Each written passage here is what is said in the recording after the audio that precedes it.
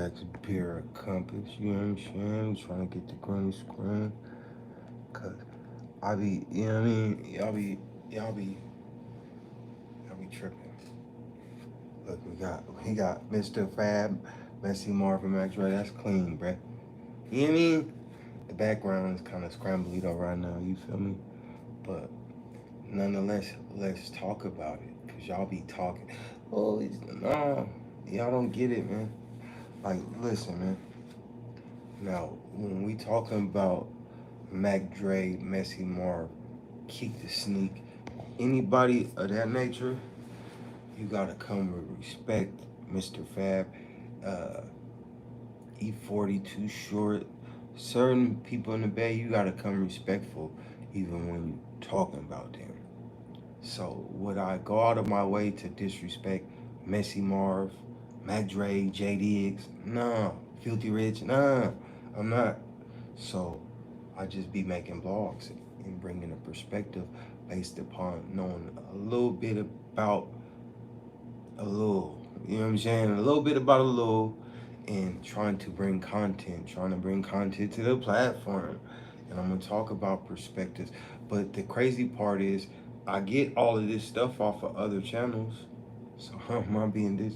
Like, how am I trying to start some with Messy, Marv, or Mac? Like, why would I even attempt to do that? Basically, I was given a observation that never been brought to the internet. Like, hey, Mr. Fab was rocking with Messy Marv in the beginning of his career.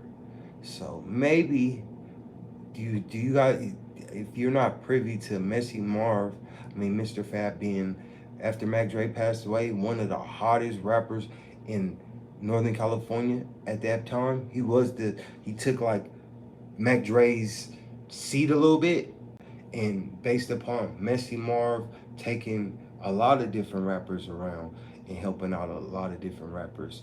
Maybe that's what I'm saying. Like, y'all don't really understand. And Mac Dre was a big movement where he had a lot of rappers that were never linked up together.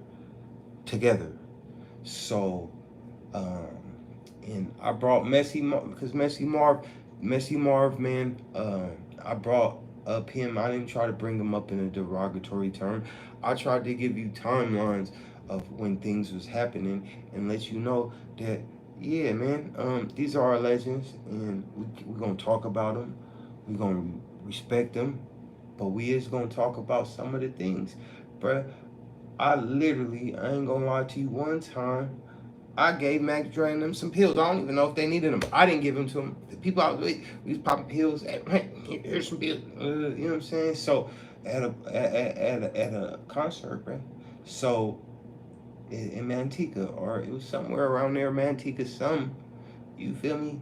So motherfuckers was, you know what I mean? So when I did experience some of these situations, like timelines in life. So I do have one thing. I don't think nobody was a bigger Mac Dre fan than me, bruh. I swear, I've been to concerts. I've been on stage with Mac Dre. So wasn't nobody no bigger Mac Dre fan than me at that particular time. And I was underage in all kind of clubs, on stage. I didn't went back. Look, man, I'm so, sometimes just, I be fucked up and then I just don't care. I walked up, I was in Santa Barbara with some white kids, man. They gave me this Molly shit. I didn't know what that was. I popped, oh man, Too Short. We went to a Too Short concert. It wasn't a concert, a Too Short performance at like a bar type of thing, and he was upstairs. I walked upstairs where they was at. That's where I need to be. I came to see Too Short. So a lot of times when I'm talking about them, it is in a fan perspective. I always wanted to know why Mac Dre and Messy Marv would have had any disagreement, because growing up you wouldn't have thought that. You didn't have them on a few songs. You didn't think, like, they didn't talk about this stuff back in the day. This is all coming to the forefront. So we just talking about it, keeping people name in the algorithm. Of course I love Messy Marv, bruh. Playing with my nose, sitting on, you know what I'm saying, all kind of Messy Marv. Say Love. Messy Marv is one, like, all these people that I talk about that are legends that you can't really shit on, no matter what. Does anybody not want to hear any Messy Marv music, no matter what he been through? So when y'all bring these narratives that I'm trying to start something sound crazy to me. What's good with you? What's good with you, Blue Strip? You know what I mean? That, but I would never think of disrespecting Mac Dre, Keep the Sneak on this blog and stuff. I would never think to disrespect them because they are legends, bruh. And they are the pioneers, the reason why I'm able to do this. Truly, because they the ones that got people looking at Northern California. They the reasons why there's Filthy Riches and there's even J-Bos and Mozzies and stuff like that. A lot, like the Jacka. Come on, bruh. You know what I'm saying? The first time I ever seen the Jacka was on it. I think it was a Trill Television or something. That's the first time I ever had seen who the Jacka was, bruh. So why would I disrespect a foundation that's beyond me? So when I do these things, bro, I'm just taking stuff simply off of the internet, observing shit like y'all, and coming up with my perspective. I don't be trying to start no shit. So if I was, I'll start some shit, nigga. Don't be coming at me like I'm a punk, bruh. If I wanted to start shit, I got a whole fucking platform to do so. I just be trying to bring content out there. And because I'm locked in with Kev Kelly, he part of the Click Clack gang, bruh. You know what I'm saying? I done did live interviews. Lexton did a whole interview where they sat down in a building and sat down and did an interview. We post Messy Marv on here all the time, so I don't let people control my narratives, bruh. If I do something, I'm gonna do it straightforward or not at all. I gave a perspective, an opinion, and y'all let everybody else do it on this motherfucker. But when I get to saying some opinions, cause y'all feel some type of way or something like that, you know what I'm saying? Then it's always all this stuff on the internet. Oh, come on, bruh. Just enjoy the content, or you entitled to your opinion. But I don't let people just spread narratives. Oh, you trying to diss Messy Marv? No, I'm hoping Messy Marv make an album, bruh. You know what I'm saying? I'm hoping that we hear more music from him. If people really took time to listen to what a nigga really be saying, nigga, I be throwing jewels out there sometimes too. I'm a grown man, bruh. If you like in your early 20s or something like that, nigga, I probably got, you know what I'm saying? So I probably got a lot of game for you. You know what I'm saying? If you just take time, I don't be coming on there aggressive. I gotta, we all niggas, or we all men, so. If you a man, you shouldn't be disrespecting no other man, and you shouldn't take no disrespect from no other man. So those are 2 rules I try to stand by. I don't be trying to disrespect nobody on there. If I get to trolling somebody, that's one thing. And the only person I ever trolled on there, if you've been privy to the content, is DC Baby Draco. That's the only time I ever trolled, bruh. You know what I'm saying? And I actually like bruh. So I don't be caring about this stuff, bruh, like that, but I would not go on here on this BayAreaCompass platform and disrespect anybody, but I will give a fair perspective on stuff that's already on the internet. Or if I did have and then I be knowing a little bit. I know a little bit, bruh. So I put them little pieces together and I go, okay, that's probably why they didn't get along. One thing, they competitive, they competitors, even though Too Short told you, at a point in time, now everybody music sound the same. Everybody had CDs back then, bruh, and you go get different CDs because different CDs sounded different. You had T Nutty, then you got Mac Dre, then you got Messy Marv, then you got a San Quentin album. But San Quentin don't sound nothing like Messy Marv, even though they rap together. Now tell me, Gunna don't sound like Young Thug. That's how all y'all do this music nowadays. Everybody smoking on Dead Ops. That wasn't cool back then. E40 didn't use the same slang as Mac Dre.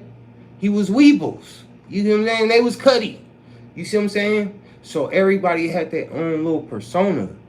So of course it was competitive. It's just like any other competitive activity. It's not a sport, but it's hella competitive, bruh. Shit. Every time I make a song, I want to sound mean or whatever the case may be than the next rapper. You don't ever see me. I'll be making my own shit because I come from the era where you kind of got to do what you do. You see what I'm saying? Now, you might be influenced. Everybody influenced off of somebody. Of course, I'm influenced off of Mac Dre, Keep the Sneak, Jacka, DMX. You know what I'm saying? But I'm not emulating they shit. I'm not trying to, at least.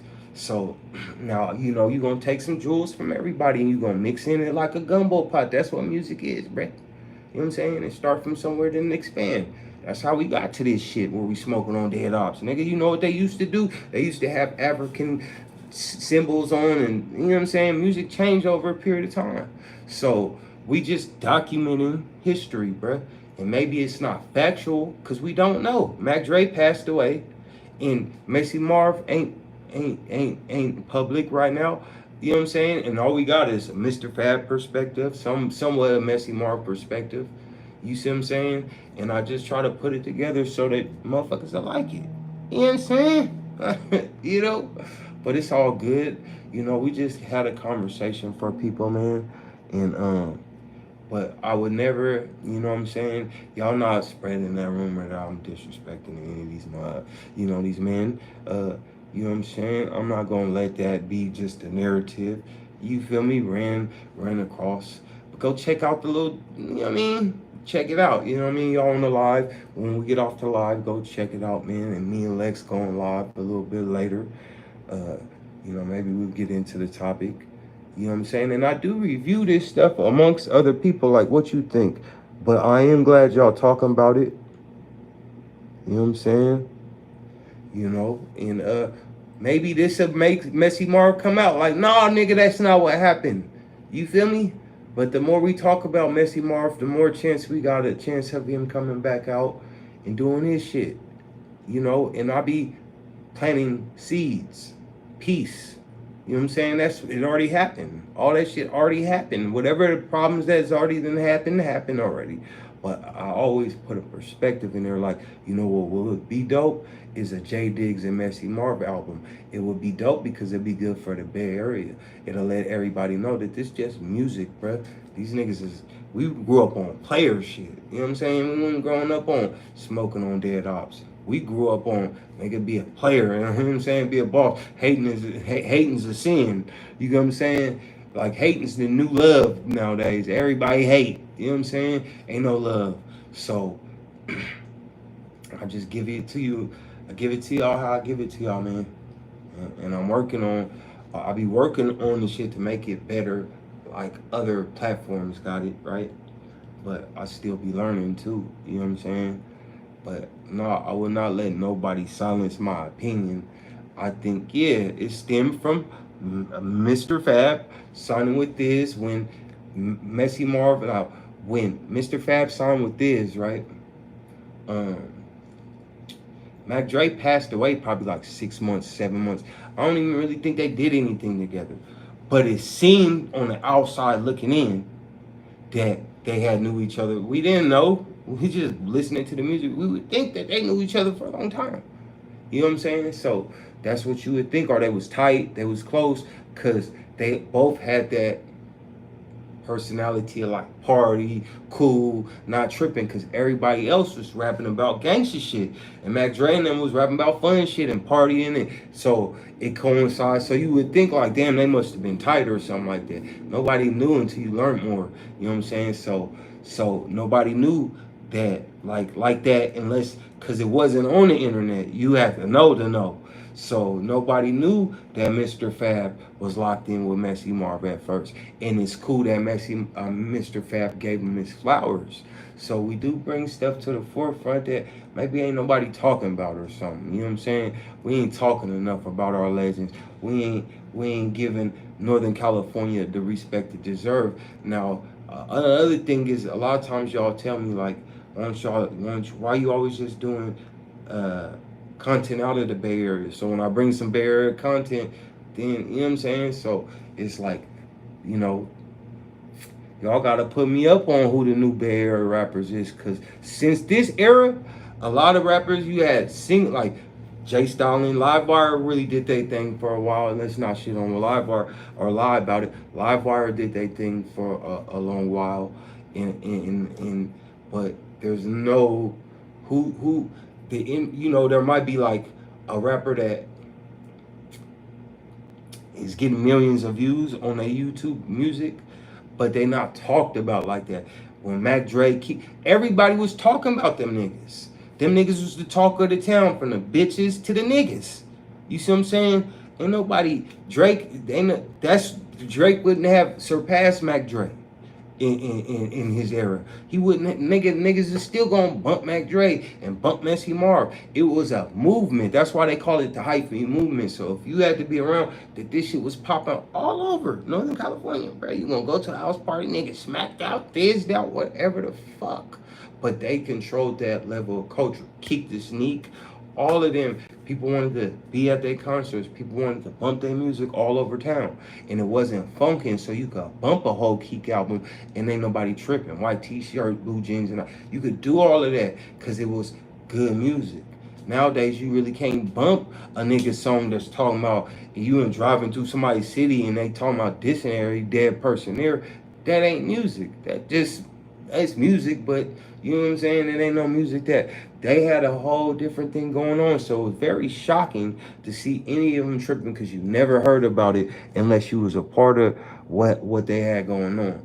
Until YouTube started getting popping and niggas got on here popping it, there was no popping it like you would hear it in the album. You would have to hear the diss song, nigga. If you wanted to hear Jay-Z talk about Nas, you had to hear it in the song, nigga. It wasn't it's just throw it on the internet and have our perspective. You have to read it in a magazine or something of that nature, or you would hear about it if they talked about it. But it was never as fluent as it is now, where we could talk about it, break it down. Maybe Mr. Fab address it, say, hey, no, that's not how it happened, or whatever. But I, as a fan of both of these people, I always wondered, well, why did it go any South way? I thought they was hella cool and yada yada yada. So that was just something I brought up, man. What's the brother name that do Drake's one? He got a whole fucking interview asking people about this. Sickness.com. This is where I'm getting the fucking information, nigga. Chill out, bro. You know what I mean? But I'm just saying, man, shout out Messy Marv. Shout out the whole Thiz camp, bro. Shout out Kev Kelly. Home wrecker, we did forget his name on one of the lives. My bad, bruh. You know what I'm saying? You know, shout out the Click Clack Gang. Hopefully Messy Marv come out with a CD with the Click Clack Gang. That's what we hoping, ain't we? Why y'all always looking at the wrong shit? Y'all too negative for a nigga, bruh. I'm trying to be the first black hippie in the world, bruh. Chill out.